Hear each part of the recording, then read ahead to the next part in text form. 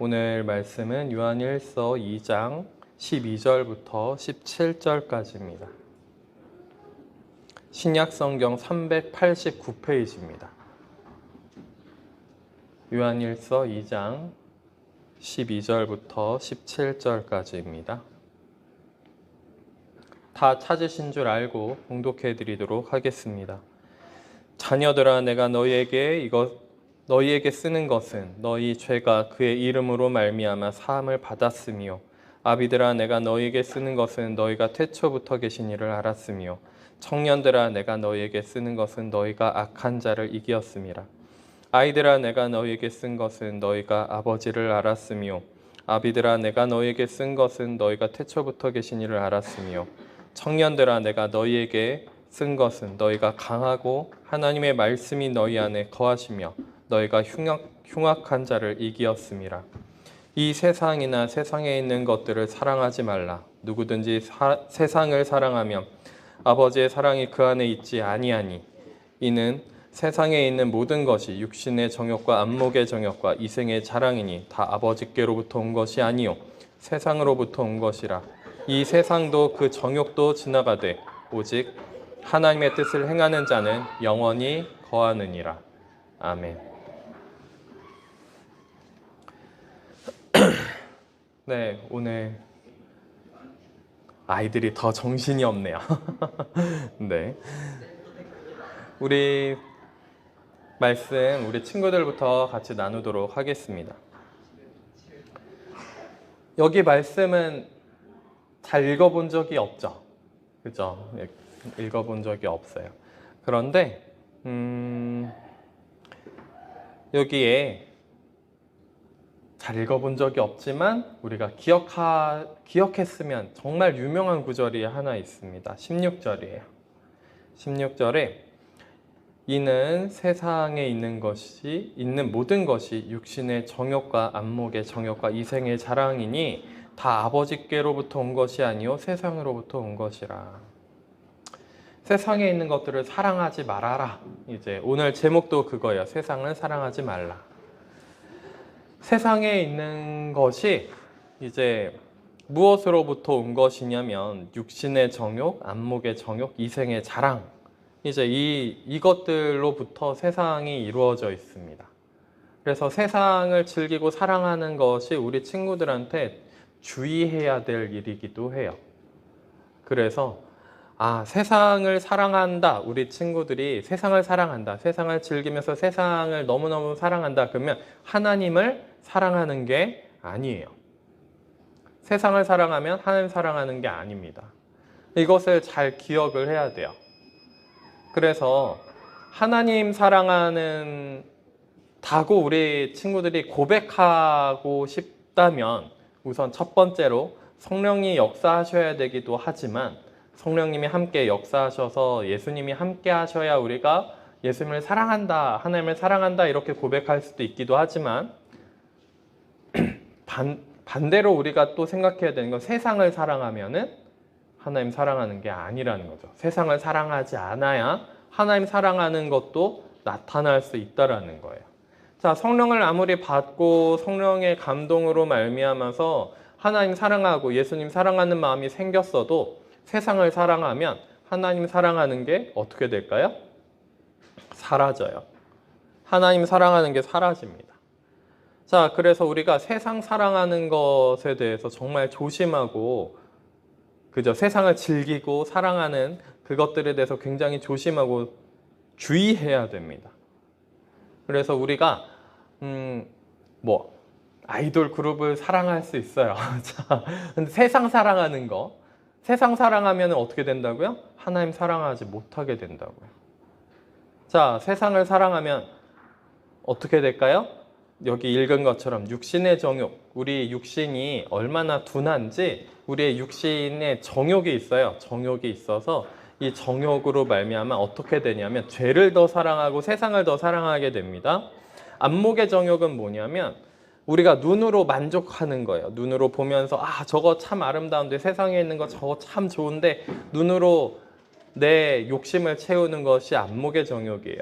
그것들, 세상에 있는 것들을 그렇게 채우는 거죠. 나의 마음을 채우는 거예요. 세상으로.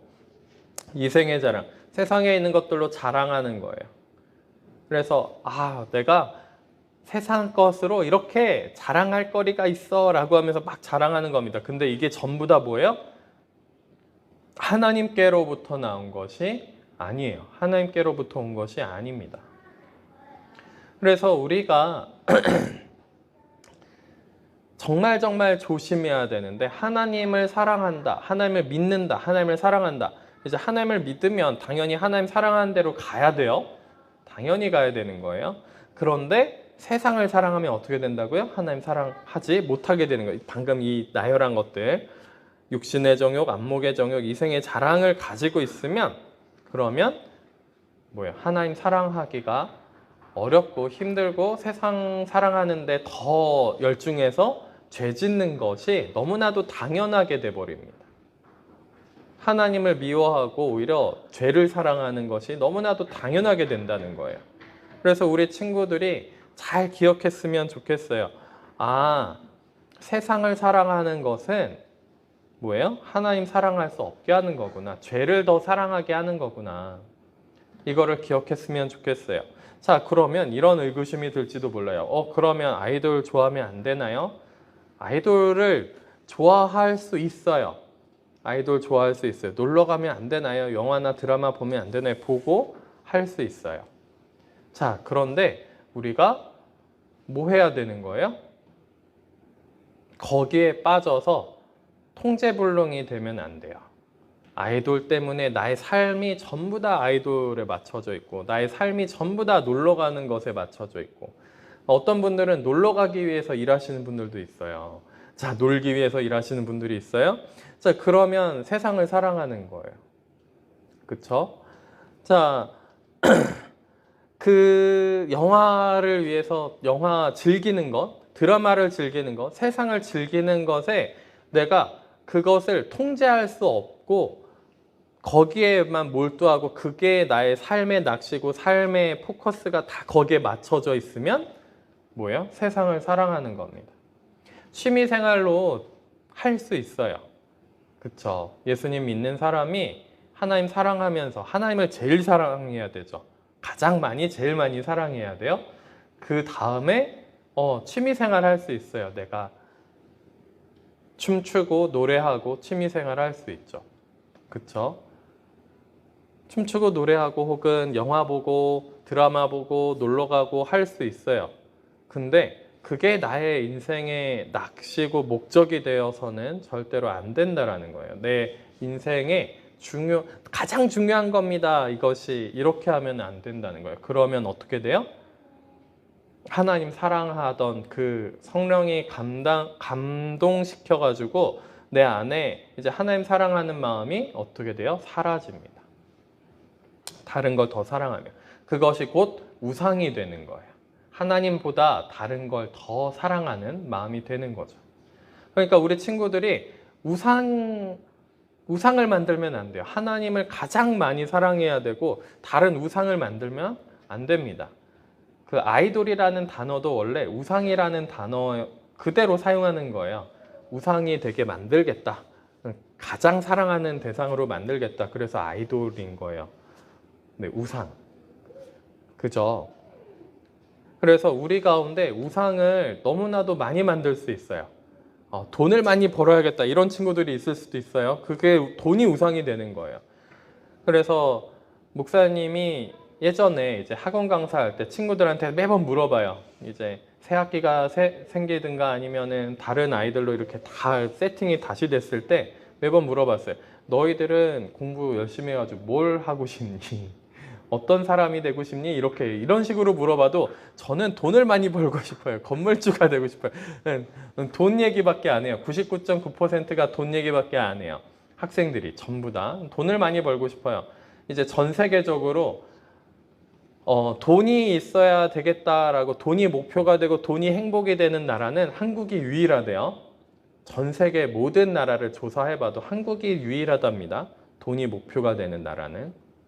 우선 돈이 우상이 돼 있어요. 기본적으로 우리 학생들 사이에서 돈이 있어야 뭔가 할 수 있을 것 같아요. 나는 나중에 돈 걱정 안 하고 살고 싶어. 그러면서 돈을 많이 벌 수 있는 직업을 이제 선택을 하고 싶어 하죠. 그러면 기본적으로 공부를 어마어마하게 해야 돼요. 근데 공부 많이 해야 돼요. 기본적으로는. 그래야 성공하고 돈을 많이 벌 수 있는 그 길이 열릴 가능성이 훨씬 높아지는 거죠. 물론 공부를 못했던 친구도 돈을 많이 벌 수도 있기는 한데 확률이 낮아요. 공부를 많이 해야 더 많이 벌 수 있는 확률이 높아지기는 합니다. 기본적으로는 그래요. 자, 그게 뭐가 되는 거예요? 그 돈 자체가 우상이 되는 거예요. 세상을 사랑하는 게 되는 거죠. 돈을 사랑하는 것도 세상을 사랑하는 겁니다.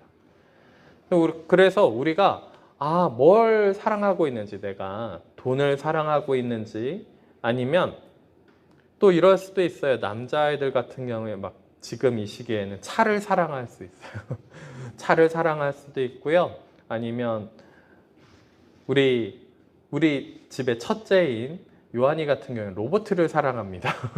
로봇을 사랑할 수 있어요. 난 나중에도 커서 로봇을 모을 거야. 막 이제 돈을 벌어가지고 로봇을 살 거야. 막 이렇게 얘기를 합니다. 로봇을 사랑할 수 있어요. 자, 그 모든 것이 뭐가 되는 거예요? 우상이 되는 거예요. 우상이 돼요. 자, 우리 가운데 우상이 생기면 어떻게 되냐면 병들어요. 우리의 마음이 병들고요. 우리의 생각이 병이 들어요. 우리의 정신이 병이 들어요. 무조건 병듭니다. 우상을 사랑하면 병들게 되어 있어요. 정상적인 생각과 정상적인 마음을 가지기 힘들어지고 점점 어떻게 되냐면 병이 들기 시작합니다. 우상이 생기면. 그래서 돈을 사랑하는 사람들은요, 주변의 사람들이 다 떨어져 나가요. 관계가 다 악화돼요. 돈 사랑하는 사람들은. 부모 자식 간에도 돈 사랑하는 부모가 있으면요, 자식과의 관계, 남편 아내와의 관계가 다 파괴돼요. 네, 정상적으로 이렇게 삶을 살아가시는 분들이 없어요. 다른 게 우상이 되잖아요. 뭐 돈뿐만이 아니라 명예가 우상이 되기도 하고요. 혹은 아이돌이 우상이 되기도 하고요. 다른 무언가가 우상이 돼요. 우상이 되면 내가 원하는 하나님, 참된 하나님보다 다른 무언가를 더 사랑해서 우상이 되면요, 그러면 무조건 문제가 생기고 병이 들게 되어 있습니다. 사람이 그래요. 그래서 우리 친구들이 이것도 우상이 돼요. 술도 우상이 되고요. 네, 담배도 우상이 되고요. 근데 술이 우상이 되면은 인사불성이 돼서 무슨 행동을 하는지 자기가 몰라요. 일 자체가 우상이 되는 사람들도 있어요.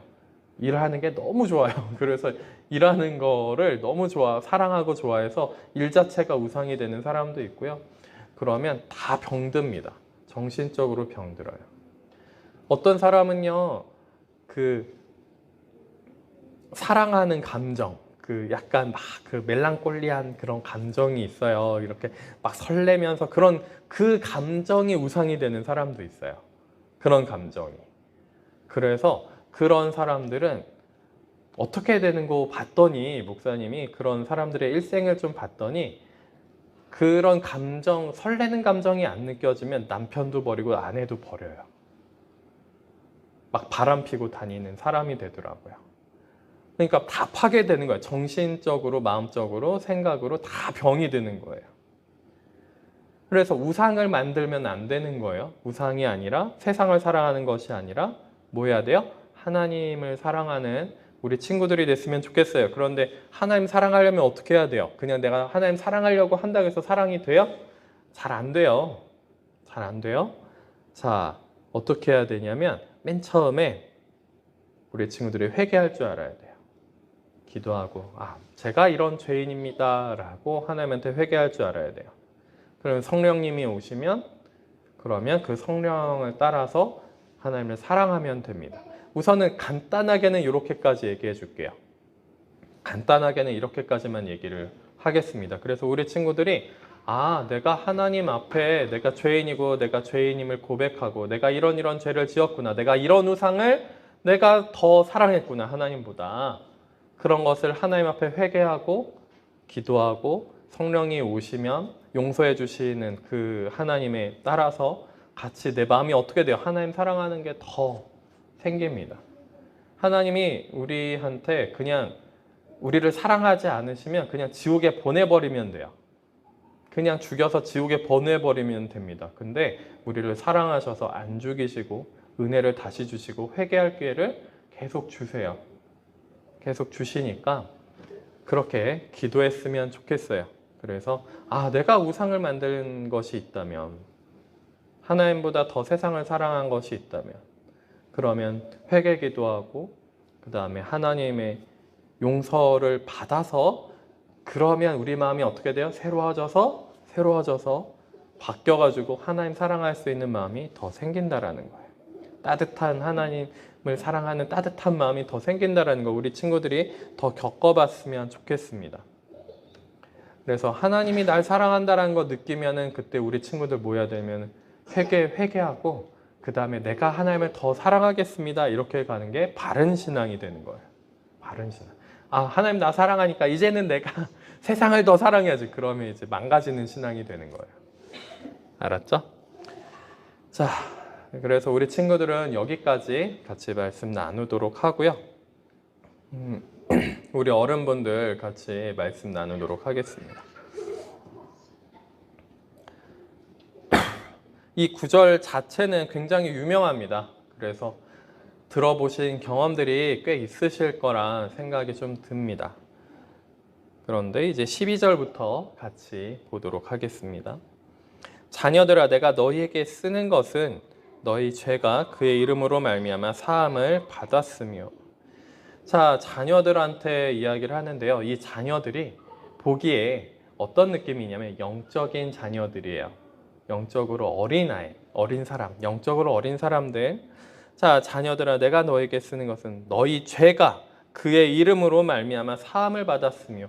자, 그래서 우리가 무엇을 해야 되냐면, 처음에 신앙생활, 우리의 영이 어릴 때 무엇을 하게 되는 거냐면, 죄사함 받는, 회개하는 그 일이 무엇인지, 회개하는 삶이 무엇인지, 하나님 앞에 내가 죄를 용서받아서 성령으로 말미암아 나의 안에 어떤 새로운 것들이 다시 생기는지, 그런 것들을 좀 겪어야 됩니다. 그래서 회개하는 심령이 되어가지고 내 죄를 계속 새롭게 발견하게 돼요. 말씀에서도 모르던 것이 너무 많아가지고 말씀을 읽으면 읽을수록 어떻게 돼요? 내 죄를 발견하는 거죠. 내 죄를 계속 발견하게 됩니다. 새로운 어떤 깨달음을 발견하는 게 아니라 내 죄를 발견해야 돼요. 나의 죄를 발견을 해서 회개를 할 줄 알아야 되는 거죠. 그래서 회개하지 않았다라고 한다면, 그러면 회개한 적이 너무 오래됐다, 그러면 그는 이미 하나님과의 관계 속에서 너무 멀리 떨어져 있는 상태인 겁니다. 그러니까 우리가 우리 삶을 살면서 하나님 앞에, 저도 회개해요. 당연히 회개합니다. 회개하는 그 심령이 안 생길 수 없다는 거예요. 하나님과 교제하면서는. 그래서 회개하는 것과 십자가에서 내가 죽는 거하고는 좀 다릅니다. 다른 거예요. 완전히 달라요. 좀 다른 게 아니라 완전히 다릅니다. 그래서 회개하는 것은 처음에 우리가 성령을 받고 거듭나는 체험을 하고 하나님을 만나면 회개를 가르치세요. 우리한테 회개하는 것을 가르치십니다. 어떻게 회개하는 것인지 가르치세요. 그 다음에 이제 그 회개하면 할수록 우리가 어떻게 되냐면 새로워지거든요. 하나님으로부터, 성령으로부터 새로운 힘을 계속 받습니다. 보혈의 능력을 계속 덧입어요. 부활의 능력을 계속 덧입습니다. 그래서 성령이 오셔가지고 보혈로 나를 씻으셔서 내 죄가 사해지는 것을 내가 경험을 하고요. 그 다음에 그 죄가 사해지면 어떻게 되냐면 그 죄로부터 벗어나지는 나를 계속 경험하게 됩니다. 때로는 어떤 죄들은 바로 그렇게 되고요. 어떤 죄들은 좀 시간이 걸려요. 계속 회개를 하고 계속 반복하는 것 때문에 너무 괴로워하다가 이제 어느 날 되면은 하나님이 그 죄에서 노임받게 해주는 시간이 생겨요. 자, 그것을 계속 반복함에도 불구하고 그것을 주님 앞에 가가지고 엎드려서 막 통곡하면서 회개를 하기 시작하고 막 그 몸부림치고 그 주님께서 이 죄를 씻어주시기까지 계속 몸부림치고 있으면은 어느 날 그것을 씻어주신다라는 거죠. 씻어주세요. 결국엔 씻어주십니다. 그게 우리 가운데서 그렇게 바로 안 씻어주시고 그렇게 괴롭게 해서 힘들어서 그 죄로 말미암아 어떻게 돼요? 내가 죽임을 당합니다. 자아가 죽임을 당하는 시간이 생겨요. 그래서 내가 어떻게 돼요? 낮아집니다. 겸손해져요. 죽임을 당해요. 내가 사라져요. 그래서 회개하는 것과 죽임을 당하는 것은 좀 달라요. 다릅니다. 아무튼 그런 시간들이 우리가 필요하다는 거예요. 회개하는 시간. 회개에서 하나님의 능력이 내게 임재하셔가지고 성령이 임재하셔서 내가 새로워지는 경험을 하실 줄 아셔야 된다는 거예요. 만약에 이러한 경험이 없다 그러면 신앙생활을 여태까지 하신 게 아닌 거죠. 누구라도 이런 회개하는 심령을 조금이라도 가져서 그 성령의 열매를 조금이라도 맺는다면 회개하는 게 뉘우치는 거예요. 정말 뉘우쳐서 내가 이거는 정말 하면 안 되겠다. 그러면 하나님 앞에 내가 범죄했구나. 그런 심령으로 기도했을 때 우리가 새로워지면서 그 행동을 안 하는 열매가 조금이라도 맺혀집니다. 그것이 예수 그리스도를 믿는 믿음이 돼서 우리를 구원으로 이끄는 믿음이 되는 거죠. 이런 경험이 조금이라도 있어야 돼요. 조금이라도. 그러면 하나님께서 우리를 천국으로 이끄십니다. 그래서 회개하지 않았다. 회개한 적이 너무 오래됐다. 그리고 회개했던 그 내 잘못된 행실과 여러 가지 언행과 여러 가지 것들을 다시 내가 범죄하고 있다. 그러면 그는 전에 그런 것들을 겪었다 할지라도 새로워지는 것을 겪었다 할지라도 지금 오히려 더 악해져서 잘못되고 있다. 그러면 하나님과 상관없는 거예요. 구원의 길에서 떨어져 나간 겁니다. 자, 죄사함을 그래서 예수 그리스도의 이름으로 죄사함을 받았다라는 것은 나의 의가 아니라 하나님의 의로 말미암아 새로워졌다라는 것을 의미해요. 내 심령이 변했다라는 겁니다. 내 마음이 변했다는 거예요. 나의 영이 새로워졌다는 거예요. 사도 요한은 자녀들아, 내가 지금 너희한테 이 글을 쓰는 것은 너희가 예수님의 이름으로 죄사함을 받았기 때문이다. 자, 아비들아, 13절입니다. 아비들아, 내가 너희에게 쓰는 것은 너희가 태초부터 계신 이를 알았으며. 자, 창조주 하나님, 태초부터 계신 하나님을 알았대요. 그분을 경험해서 알았다라는 거예요. 그냥 깨달은 게 아니라 이 세상은 하나님이 창조하신 창조주이십니다 라고만 이제 이런 과학적인 근거로 인해서가 아니라 과학적인 근거로 인해서가 아니라 믿음으로 말미암아 그 믿음은요 하나님과 교제한다라는 의미예요. 그냥 도구로서의 믿음이 될 수도 있다라고 생각을 하지만 그 믿음으로 말미암아 우리는 하나님을 신뢰하고 하나님과 교제할 수 있는 관계가 형성되는 것이 믿음입니다. 자, 태초부터 계신 창조주 하나님, 그 창조하신 하나님과 교제하는 아비들아, 영적인 아비들아, 창조주 하나님과 교제하는. 그러니까 태초부터 계신 이를 알았음 인 거예요. 그 태초부터 안 그 하나님. 그러면 그 하나님께서 우리한테 무엇을 하시나요? 재창조를 하십니다. 재창조를 하세요. 모든 것을 뒤바꿔 엎어버릴 수 있는, 그러니까 무에서 유를 만드시는, 모든 것을 재창조하시고 새롭게 하실 수 있는 그 하나님. 그 하나님을 만나고 있다는 거죠. 흠과 티도 없게 만드시는, 거룩하고 온전하게 만드시는 그 하나님을 만나고 있는 거예요. 무에서 아무것도 없어요. 우리 안에 빛된 것도 없고 선한 것이 무예요. 무에서 유를 창조하시는 그 하나님이에요. 빛된 것과 선한 것을 창조하시는 그 하나님, 태초부터 계신 그 하나님을 알았다라는 거죠. 겪었다라는 거예요. 만났다라는 거예요. 그 하나님의 아비들은. 네, 그렇죠. 그리고 청년들아, 내가 너희에게 쓰는 것은 너희가 악한 자를 이겼음이라. 자, 아비들을 먼저 쓰기는 했는데요. 청년들을 맨 마지막에 쓰긴 했는데, 청년의 때, 우리가 영적으로 청년의 때 하나님께서 우리한테 무엇을 가르치시냐면 죄를 이기고 사탄을 이기는 것을 가르치신다라는 거예요. 죄를 이기고 사탄을 이기는 것을 가르치십니다. 충분히 회개하고 우리가 거기서 죽음과 부활에 대해서 조금 배우고 나서는 그 성령으로 말미암아 예수 그리스도의 그 능력으로 말미암아 십자가의 능력으로 말미암아서 우리가 악한 자를 이기는 것이 무엇인지 사탄과 죄를 이기고 자아를 이기는 것이 무엇인지 배운다라는 거죠. 그러고 보면은 자 우리 청년의 때에 계신 분들이 네 14절입니다. 다시 한 번 더 아이들아 내가 너에게 쓴 것은 너희가 아버지를 알았으며 제사함을 받으면요 우리가 그분으로부터 다시 태어나기 때문에 아버지라고 부르는 거야. 아버지라고 아는 거야. 아이들아 우리가 회개하고 거듭나는 체험을 하고요. 새로워지는 체험을 하고요. 그쵸?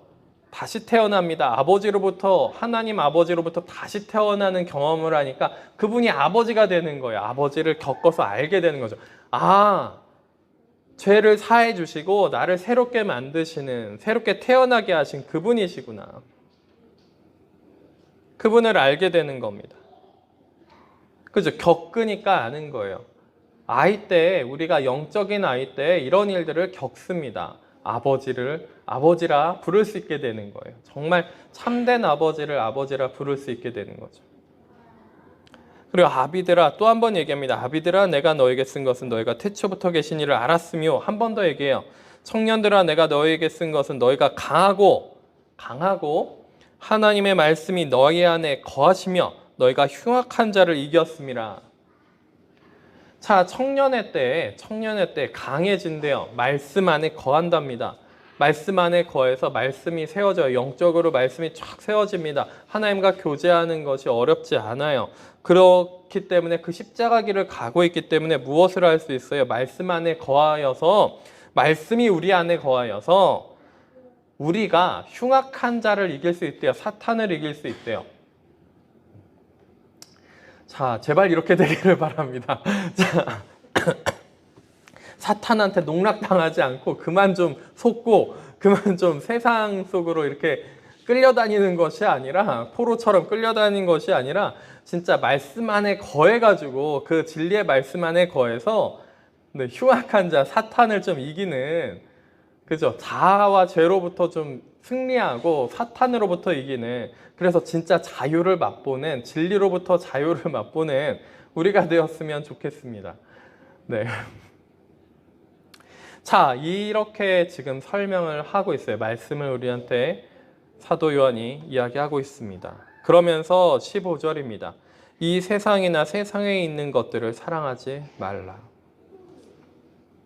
자, 흉악한 것들을 이겼어요. 그죠? 태초부터 계신 이를 알았습니다. 물론 지금 이것들에 대해서는 저희가 조금 공감하기 어렵고 먼 것처럼 느껴지실 수 있습니다.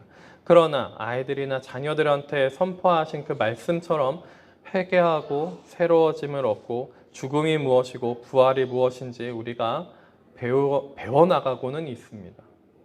배워나가고는 있어요. 그래서 회개하면요, 심령이 변하고 성령이 임재하셔서 그분이 우리를 용서하시면 우리가 다시는 그 죄를 짓고 싶지 않고, 죄가 너무너무 밉고 자아가 너무 싫고, 그래서 이제는 좀 주님을 더욱더 사랑하고 싶은데 주님을 사랑한다라고 고백하기도 내 행실을 보아하니 좀 그렇지도 못한 것 같고, 그러니 계속 회개하는 심령으로 죄를 사함을 받고 계속 회개하는 삶을 살고, 그리고 죽는 것이 무엇인지 부활하는 것이 무엇인지 우리 가운데서 십자가 지는 삶이 무엇인지 배워나가기 시작하는 거죠. 그 죽음과 부활을 배우고 회개는 늘 있는 거예요. 그 밑바닥에 깔려 있는 거예요. 회개는 그 위에다가 쌓는 겁니다. 그렇죠? 거듭난 그 위에다가 이제 새롭게 다른 것들을 하나님께서 계속 가르치시면서 그 위에 계속 쌓는 거예요. 예전에 회개했으니까 이제는 회개 안 해도 됩니다. 하나님이랑 상관없이 살아가겠다는 얘기예요. 회개하는 것이 우리 밑바닥에, 기초에, 그리고 죽음과 부활이 우리 밑바닥에, 기초에 늘 깔려 있습니다. 그래서 하나님을 아버지를 알게 되는 거예요. 그분이 어떤 분이구나, 그분의 마음과 뜻이 어떤 것이구나를 점점 알아가기 시작한다라는 거죠. 그랬을 때 우리는요, 십자가 지고 가는 삶이 정말 아름답고 복된 삶이구나, 정말 값진 삶이구나, 이것에 대해서 알게 되기 시작한다라는 겁니다. 그래서 제가 말씀드렸을 것 같은데 한 번 더 말씀을 드릴 건데요. 뭐냐면 지난주에 만났던 어떤 목사님이 얘기해 주신 거예요. 이제 젊었을 시절이나 예수님 믿기 전에는 사업을 하셨는데 너무 사업도 잘 되고 너무너무 잘 사셨대요. 근데 예수님 믿은 다음에는 중풍도 걸리고 막 병도 걸려서 제대로 거동하기도 힘들고 너무너무 겉으로 보기에 고생스러운 삶을 사는 것처럼 보인다고 합니다. 그래서 아내 되시는 분이 그 남편분한테 이제 예수님 믿기 전이랑 믿은 후에 어떻게 생각하냐고, 지금 이렇게 더 어려워지고 힘든 상황이 됐는데 어떠냐고 물어봤더니 그 남편 되신 분이 예수님 믿기 전에는 시궁창에서 바퀴벌레 같이 살았던 삶을 뭐하러 얘기하냐고 이렇게 얘기를 하시더래요. 승승장구하고 돈 잘 벌고 사업도 잘 되고 아프지도 않고 그랬던 삶을 그렇게 이야기하더랍니다. 아버지를 안 거예요. 그죠? 자, 그 아버지를 알고 십자가 지는 삶이 얼마나 고기로운 삶이고 생명되는 삶인지 알게 되면요, 흉악한 자를 이길 수 있습니다. 고난이 감사한 삶, 십자가가 감사한 삶이 되면요, 사탄이 우리를 못 건드려요. 근데 십자가를 피하고 고난을 피하고 고난이 너무 싫고 십자가가 너무 싫은 삶이 되잖아요. 그러면 사탄을 못 이깁니다. 왜냐면 사탄이 그거 가지고 우리를 공격하거든요. 십자가를 사랑하잖아요. 예수님을 사랑한다 그러면 같은 말이에요. 십자가를 사랑한다는 말이에요. 예수님을 사랑한다 그러면 십자가를 사랑한다는 말이 됩니다. 자, 십자가를 사랑하면은 승리할 수밖에 없어요. 근데 십자가 너무 지기 싫으니까 지는 거예요. 밟히는 겁니다. 죄와 자아에게 밟히고요, 사탄한테 밟히는 겁니다. 자, 그래서 사도 요한이 15절에 이렇게 얘기하는 겁니다. 이 세상이나 세상에 있는 것들을 사랑하지 말라. 이 세상이나 세상에 있는 것들을 사랑하지 말라.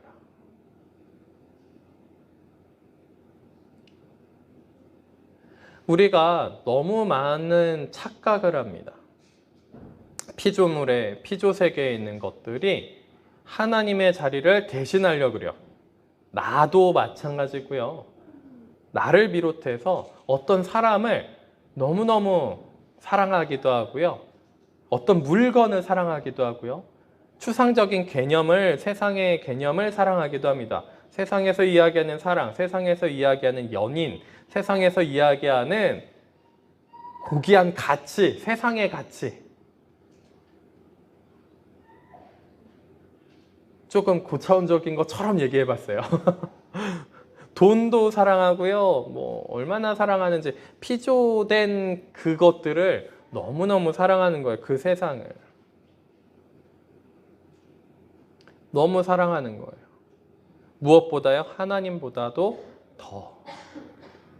그러면 우리 친구들하고도 같이 나눴지만 우리의 영혼이 생명을 얻지 못하고 병들기 시작합니다. 자, 아무리 회개했어요. 아무리 사단을 이겼어요. 태초부터 계신 이를 알고 그분의 재창조하시는 그 무에서 유를 창조하시는 그 능력과 그 새롭게 하시는 천국에 임재하시는 그 성령이 늘 함께 동행하시는 그런 삶을 살고 있는 그 영적 아비의 삶이라 할지라도 세상을 사랑하는 순간 어떻게 됩니까? 병들기 시작해요. 예외가 없습니다. 아이의 영적인 신앙 상태이든 청년의 신앙 상태이든 아비로서 장성한 분량에 있는 영적인 상태이든 상관이 없습니다. 세상을 사랑하는 순간 다 무너지기 시작해요. 다 무너집니다. 많이들 착각하세요. 그래서 어떤 착각을 하냐면, 내가 이제 영적으로 조금 이제 괜찮아진 것 같으니 세상을 사랑하고 내가 원래 하고 싶었던, 세상에서 하고 싶었던 무언가, 세상에서 이루고 싶었던 욕망들, 세상에서 이루고 싶었던 탐욕들을 이제는 해도 되겠지라고 착각하면서 그것을 향해서 달려갑니다. 흔히는 좀 더 고차원적으로 가면요, 어떻게 되냐면, 이게 고차원적인 것처럼 보이는 것으로 달려가면 어떻게 되면, 사랑을 잃어보겠어. 내가 이 땅 위에서 인간 대 인간의 정말 고귀한 사랑을 한번 해봐야 되겠어. 이런 것들을 쫓아다니고요. 그러면서 설레는 감정, 그죠? 우리 성령이 임하셨을 때, 우리가 함께 해주셨을 때, 감화 감동시키실 때 막 그 황홀한 감정, 그런 것들을 쫓아다니기 시작합니다. 고귀한 깨달음, 진리의 깨달음을 내가 한번 더 깨달아 봐야 되겠어. 내가 그런 길을 개척해 봐야겠어. 그러면서 그런 것들을 따라다니기 시작해요. 어떤 엄청난 가치가 있는 것처럼 보이는 하나님이 아닌 그 하나님 본체, 하나님의 본질을 따라 그 하나님 본질된 그 하나님을 바라보는 게 아니라 그 주변의 부수적인 여러 가지 다른 것들을 따라가기 시작한다라는 거예요. 그리고 그것을 따르는 것이 마치 하나님을 따르는 것처럼 착각한다라는 거죠. 너무 많은 부수적인 것들이 있습니다. 말씀의 깨달음을 가질 수 있고요. 우리는 뭐 이렇게 생각할 수도 있고, 우리가 또 이렇게 할 수도 있죠. 교회, 지금 뭐 다 큰 교회들이, 미국에 있는 큰 교회도 그렇고요. 지금 뭐 선한 목자교회 유기성 목사님이 계셨던, 사임하신 지 1년이 넘었죠. 근데 거기도 요번에 이제 그 건축 그 빚을 전부 갚았대요. 이번에. 그리고 미국에 있는 굉장히 큰 교회인데 그 교회도 23년 만인가 그 건축 빚을 다 갚았다고 막 울면서 앞에서 담임 목사님이 그러면서 이제 고백하고 감사하다고 그렇게 하는 그런 고백들을 봤습니다.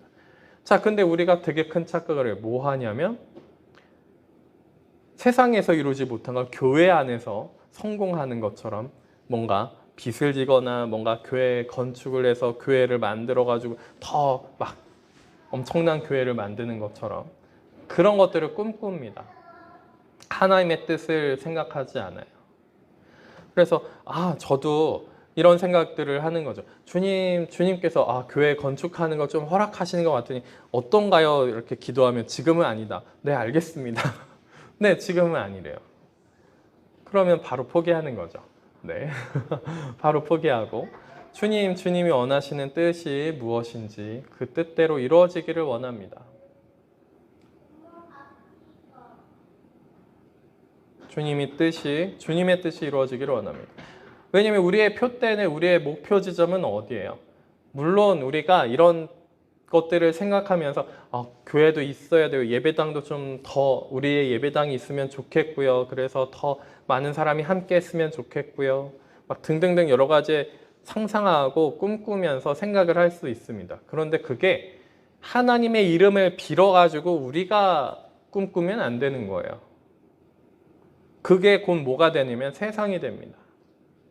자, 그래서 이 세상을 굉장히 영적이고 뭔가 하나님을 위한다 그러면서 하나님을 사랑한다고 하면서 이 세상을 사랑한다는 게 큰 문제예요. 교묘하게 속입니다. 그런데 거기에는 한 가지 중요한 법칙이 하나 있습니다. 세상을 사랑하는 데는 법칙이 있어요. 어떤 법칙이 있냐면, 내가 하나님 앞에 이렇게 했으니까 하나님이 이런 것을 주시겠지라는 법칙을 적용해요. 기가 막힙니다. 세상을 사랑하는 법칙은요, 무조건 이 법칙을 적용합니다. 그것이 교회 안에서든 어떤 다른 영적으로 보이는 모든 일에서든 상관이 없어요. 내가 이런 일들을 했으니 하나님이 이런 것들을 주시겠지라는 세상적인 법칙을 적용시켜요. 내가 이만큼 일했으니, 내가 이만큼 봉사했으니, 내가 이만큼 헌금을 했으니, 내가 이만큼 하나님 앞에 나를 드렸으니, 그러니 하나님이 나를 이만큼 뭔가 주시겠지라는 대가적인, 내가 봉급을 받는 그런 규칙을 적용한다는 거예요. 세상을 사랑하면 이렇게 적용합니다. 그건 하나님 사랑하는 게 아니에요. 하나님 사랑한다고 하나님 뜻을 따라간다고 하면서 세상의 규칙을 적용시켜서 세상 사랑하는 그 일이 얼마나 우리한테 많은지 모르겠어요. 어떻게 생각하십니까? 내가 이렇게 했으니까 그러니까 하나님이 더 은혜 주시겠지. 문제를 해결해 주시겠지. 내가 이렇게 기도했으니 내 기도를 들으셔. 그러니까 이렇게 해주시겠지. 저렇게 해주시겠지. 내가 이렇게 열심히 기도했으니까 들어주실 거야. 어떻게 생각하십니까? 거긴 세상이에요.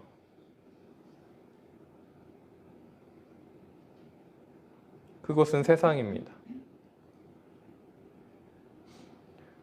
누구든지 세상을 사랑하면 아버지의 사랑이 그 안에 있지 아니하니. 세상 사랑하시는 순간 아버지의 사랑이 우리 안에 없습니다. 그게 아비가 되었든 청년이 되었든 자녀 아이가 되었든 상관이 없다는 거예요. 사도 요한이 봤더니 장성한 분량에 이른 사람도 세상을 사랑하니까 하나님의 사랑이 그 안에 없는 것을 발견하게 된다는 거죠. 자, 하나님의 사랑이 우리 안에 없으면 어떻게 됩니까? 쫌생이가 돼버려요. 마음이 종짓장 같은 그 마음이 다시 옛사람으로 돌아가 버립니다.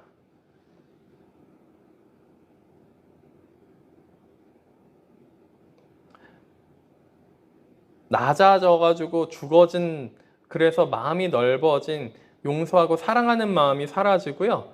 종재깃 같은 마음이 돼서 사람들을 공격하고 다니고, 그죠?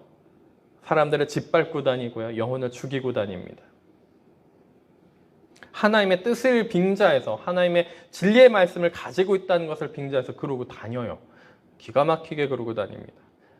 저도 그런 적이 있어서 드리는 말씀이에요. 저도 그랬어요. 쟤네들은 영적인 깊은 거를 몰라서 그래. 그러면서 얼마나 무시하고 짓밟고 다녔는지 모르겠습니다.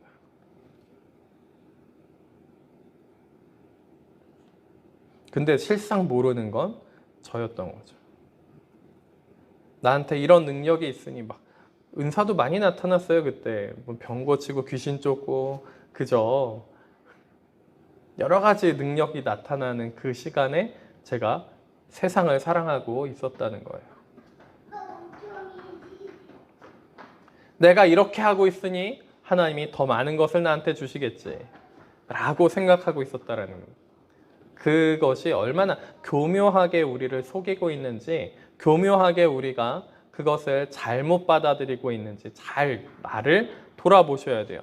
더 기가 막힌 것은 무엇이냐면 이렇게 세상을 사랑하고 하나님의 사랑이 내 속에 없잖아요. 그러면 기가 막히게도 어떻게 하냐면 나의 주장을 하기 시작하는데, 어떤 주장을 하면 나는 하나님 안에 있어. 하나님이 나와 함께 하셔. 나는 진리를 깨달았어. 이렇게 더 주장을 더 심각할 정도로 많이 합니다. 왜 그런지 모르겠어요. 더 그 주장을 더 강력하게 해요. 내가 깨달은 이 진리, 내가 깨달은 이 말씀, 그리고 하나님이 나와 함께 하셔. 그러면서 뭐예요? 종재기 같은 마음으로 사람들을 짓밟고 다니는 거죠. 자, 아버지의 사랑이 없어집니다. 세상을 사랑하기 때문에 아버지의 사랑이 없어요. 이는 세상에 있는 모든 것이 육신의 정욕과 안목의 정욕과 이생의 자랑이니. 육신의 정욕입니다. 세상에 있는 모든 것이 육신의 정욕이에요. 내 육신의 정욕, 육신의 그 만족, 육체의 감각, 육신의 감각을 만족시키고 싶어 합니다. 육신의 짜릿함을 만족시키려고 그래요. 감정이든 이성이든 내 마음이든 육신의 그 짜릿함, 깨달음의 짜릿함, 마음의 감정의 짜릿함, 그 육체 감각의 짜릿함을 만족시키는 그 육신의 정욕을 만족시키고 싶어 해요. 얼마나 기가 막힌지 모르겠어요. 그래서 하나님이 하시는 작업들 중에는 무엇이 있냐면 그 육신의 감각을 마비시키려고 하십니다. 무감각해지는 건 아니에요, 이거는. 그때 무감각해지는 게 아니라 나의 영은 더 날카로워져서 죄에 대해서 얼마나 민감한지 몰라요.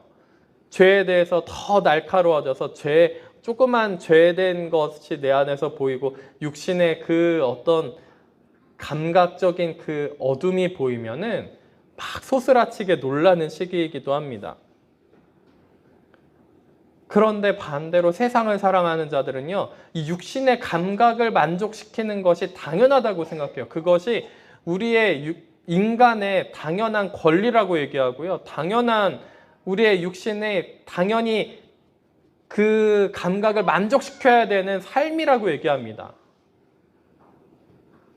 그래서 식욕, 성욕 이런 것들을 물질욕 이런 것들이 그 욕심을 당연히 만족시켜야 된다라고 얘기를 해요.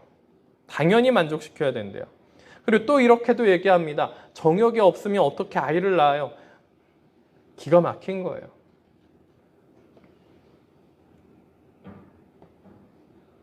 하나님의 세계, 하나님의 나라 안에서 정욕 없이 부부 관계가 가능한 것을 전혀 알지를 못하는 거예요.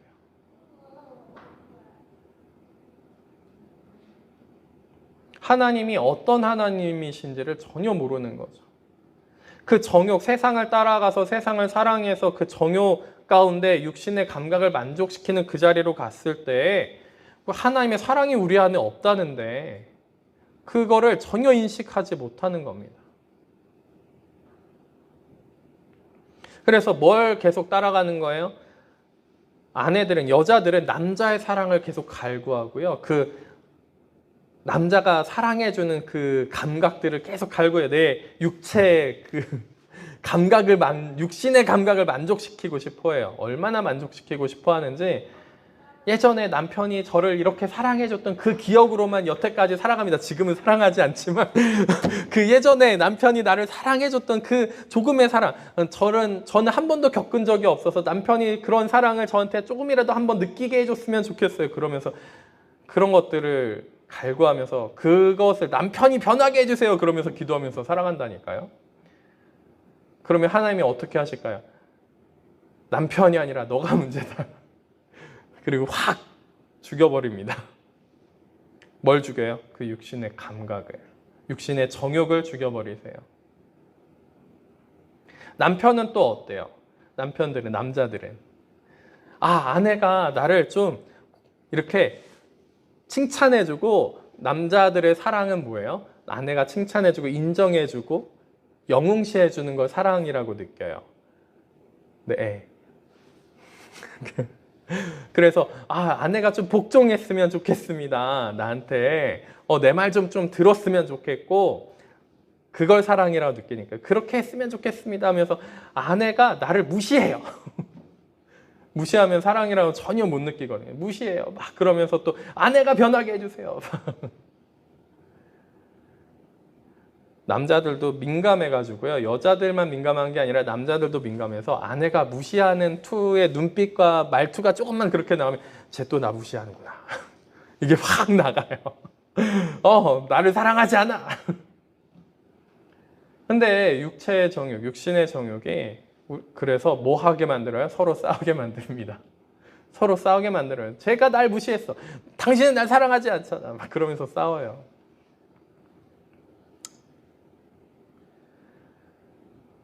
육신의 정욕이 그렇습니다. 육신의 감각을 만족시키려고 그래요. 감정을 만족시키려고 그러고 이성을 만족시키려고 합니다. 얼마나 어리석은지 몰라요. 그리고서 세상을 사랑하는 것을 핑계를 대죠. 하나님의 이름을 걸고서 핑계대고 육신의 정욕을 만족시키려고 해요. 그러니까 하나님의 사랑이 그 안에 없으니 변화되기는요, 새롭게 되기는요 변화되지를 않죠. 그러니까 싸우는 게 당연하다고 얘기해요. 부부간에. 얼마나 기가 막힌지 모릅니다. 죄를 짓는 게 당연하다고 얘기를 합니다. 정욕적인 게 당연하다고 얘기를 해요. 하나님의 사랑이 없어요. 그 안에 말씀이 세워지지가 않아 있습니다. 그 안에 말씀대로 사는, 말씀대로 세워진 성령으로 말미암아 선물로 주어진 그 새로워진 그 거듭나는 말씀대로 사는 삶, 하나님의 사랑이 가득해서 넘쳐 흘러가지고 사랑하고 용서하는 그 삶이 그 가운데 없어요. 뭘 만족시키려고 그러는 거예요? 나를 만족시키려는 거예요. 나의 육신의 정욕을 만족시키려고 하다 보니까 하나님의 사랑이 없는 거죠. 성령의 임재하심이 없는 겁니다. 그래서 성령의 임재하심을 몰라요. 기가 막히게도.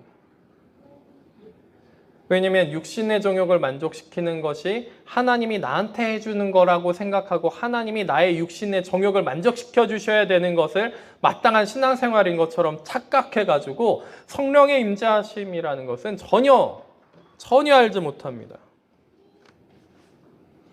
세상을 사랑하는데 어떻게 하나님의 사랑이 임합니까? 자, 하나님이 우리한테 은혜 주시고 우리한테 사랑을 베풀어 주시면 우리는 뭐 해야 되는 거예요? 회개해야 되는 거예요. 세상 사랑한 거, 우상을 만든 것에 대해서 회개하셔야 되는 거예요. 내 마음이 우상이에요. 나의 정신이 우상이고 내 이성이 우상이에요. 얼마나 기가 막힙니까? 내 육신의 정욕이 우상이 되어 있습니다. 지금 이 시대는요, 육신의 정욕이 그 어느 시대보다도 우상이 되어 있는 시대예요. 하나님의 사랑이 그 안에 거할 수가 없습니다. 세상을 너무 사랑해서. 하나님이 내가 세상 사랑하는 것을 도와준다고 생각해요. 기가 막힙니다.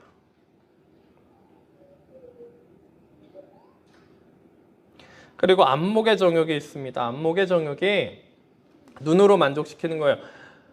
눈으로 나의 이성과 나의 마음과 나의 육신의 감각을 만족시킨대요. 눈으로.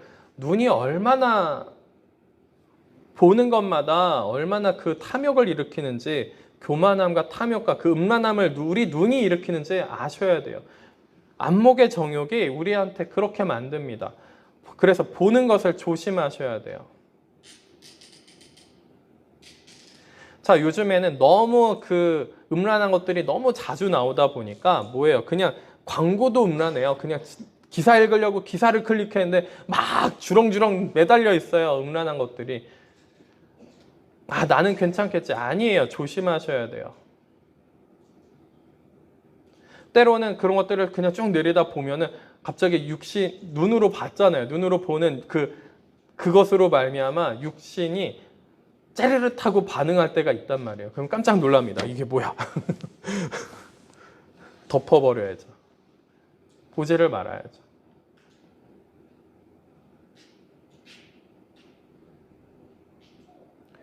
그래서 좋은 것들 보면 어때요? 막 갖고 싶죠. 얼마나 갖고 싶어요. 보니까 문제가 생겨요. 누나를 뽑아버릴 수도 없고. 그죠?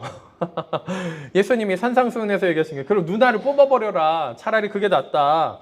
그렇게 얘기하실 정도로 얘기를 하시잖아요.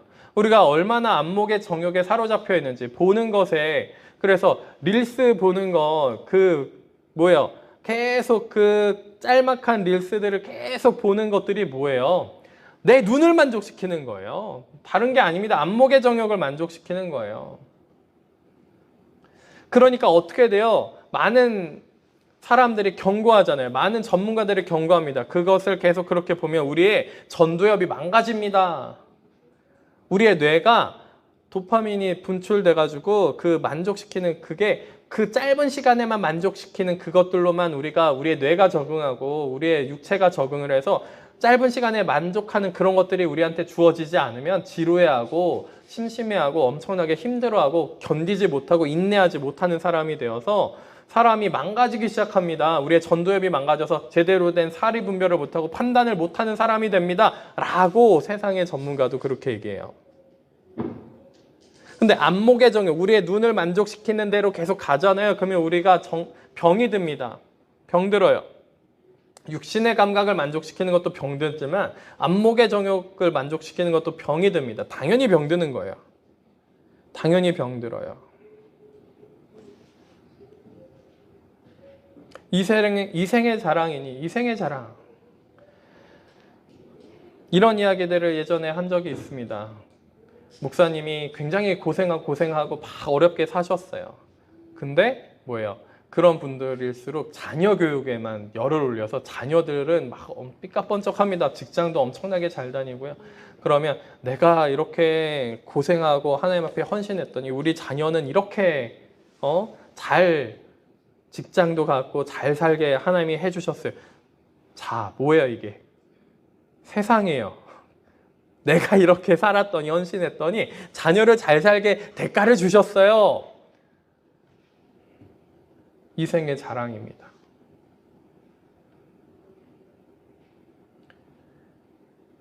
그것이 우리한테 자랑이 되어서는 안 됩니다.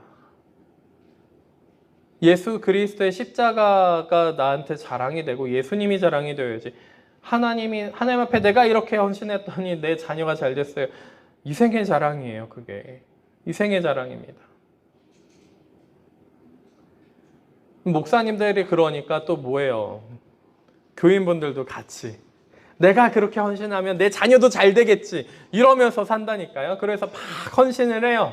근데 자녀들이 잘 됐어요, 안 됐어요? 안 됐죠. 안 되니까 교회가 무너지는 거예요.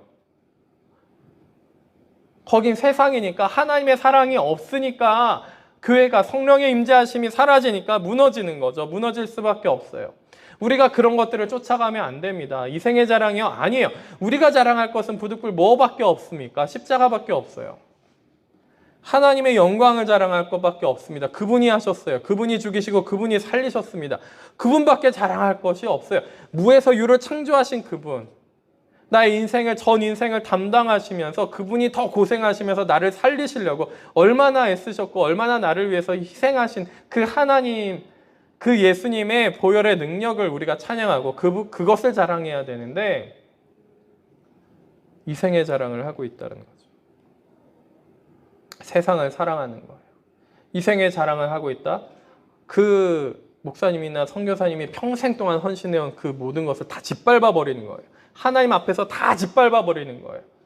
세상을 사랑한 거거든요. 세상 사랑한 거잖아요. 하나님의 사랑으로 만족하는 것이 아니라 뭐예요? 하나님의 사랑으로 만족하는 것이 아니라 십자가로 감사하는 것이 아니라 그 십자가의 영광에 동참하는 것이 아니라 이생의 자랑. 그래서 또 이렇게 하기도 합니다. 보잘것없는 목사 밑에서 자녀가 다른 곳에 가서 나의 아버지는 목사님이야 얘기하기도 부끄러워했는데 이제 사람들이 인정해 주니까 이제 목사님으로서 자녀가 이제 자랑하면서 다닐 수 있게 됐어요. 무슨 소리를 하는 거예요, 도대체? 그런 목사님들이 많다라는 거예요. 무슨 소리를 하는 겁니까?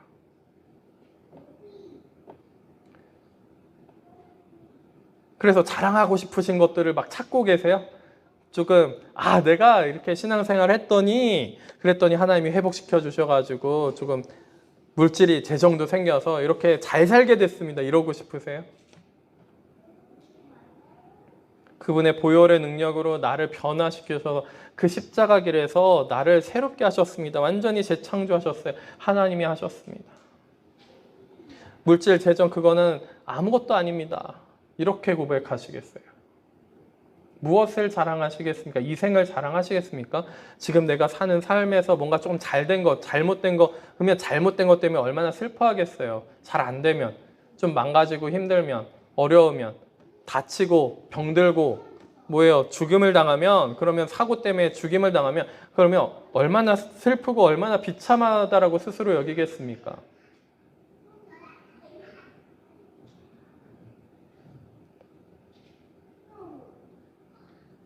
이 땅에서 십자가 고난으로 말미암아 내가 사고를 당했어요. 물론 내가 잘못해서 사고당하고 벌을 받을 수도 있습니다. 그런 경우도 있어요. 그런데 십자가 고난을 더 주시기 위해서 내가 사고당해서 아파요. 그건 감사해야죠. 사고당한 거는 하나님이 나를 버리시려고 하나 봐. 이게 아니거든요.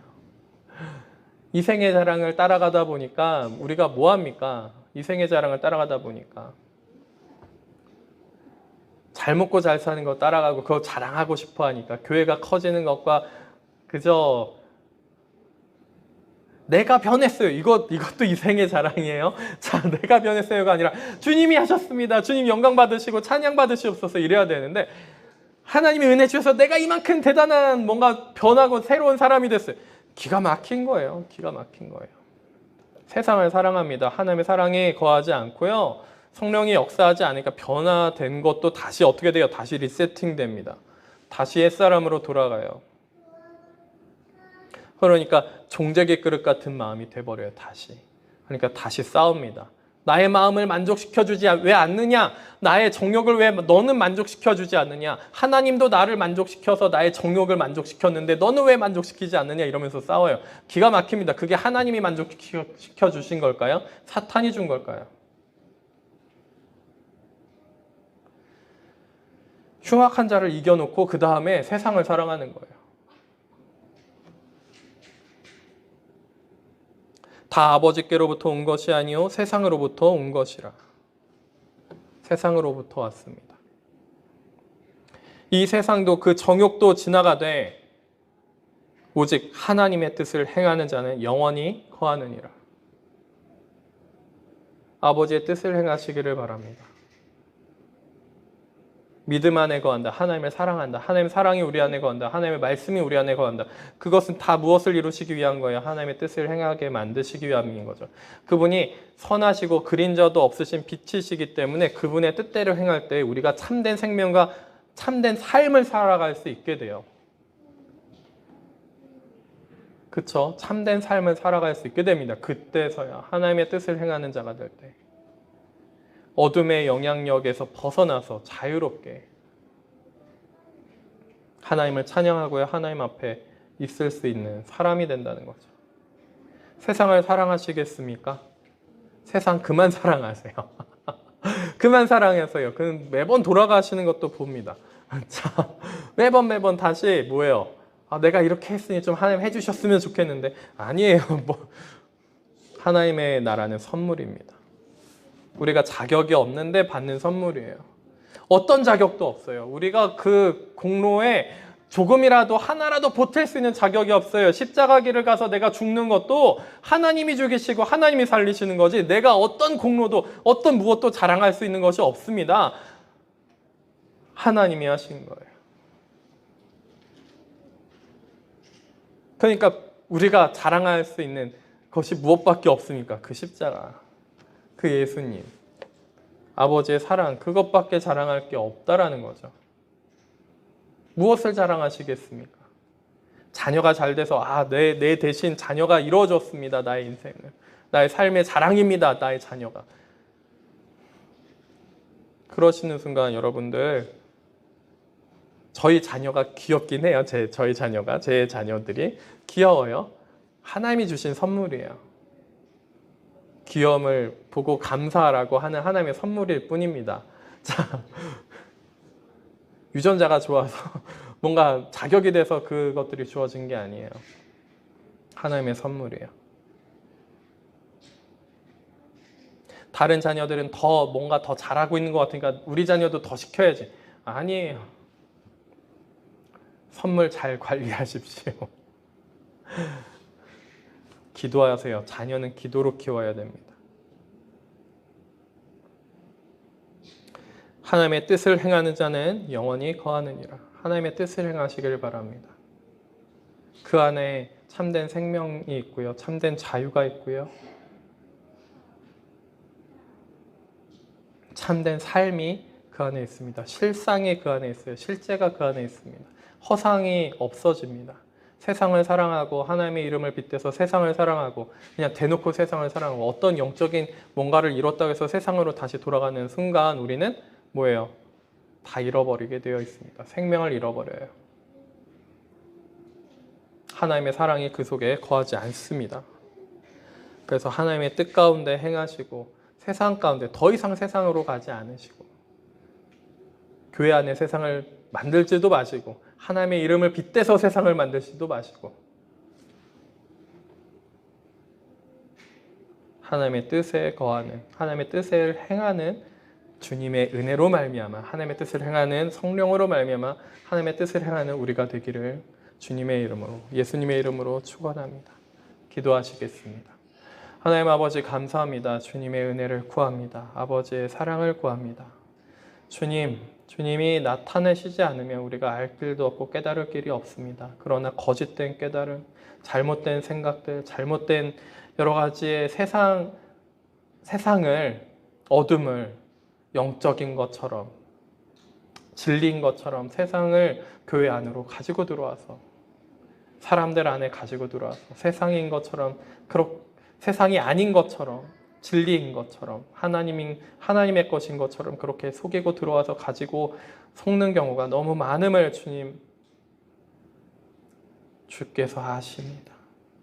주님 깨우치게 하시고 회개하게 하시고 회개 안에서 다시 변화받아서 죽고 부활하는 것이 무엇인지 또한 알아서 그 십자가 길을 벗어나지 아니하며 온전히 아버지와 함께 동거동락하며 아버지의 뜻을 행하는 자들이 될 수 있도록 함께하여 주시옵소서. 그 뜻이 하나님 아버지를 사랑하고 이웃을 사랑하는 줄 압니다. 주님, 저희 가운데 그것을 이루시옵소서. 사탄과 자에게 지지 않게 저희들에게 더욱더 그 십자가의 길 갈 수 있도록 함께하여 주옵소서. 주님, 저희들의 헌금한 재정 그리고 저희들의 시간, 저희들의 모든 것을 아버지 앞에 드립니다. 원래 주인이신 아버지 앞에 드립니다. 받으시고 저희들과 또한 함께하여 주옵소서. 원래 주인이신 아버지께 주님이심을 고백하며 드리오니 주님, 저희들의 주님이 되어주시고 저희들의 아버지가 되셔서 저희들을 지켜주시고 저희들의 인생을 주관하여 주옵소서. 감사합니다. 예수 그리스도 이름으로 기도드립니다. 아멘. 찬송가 314장입니다.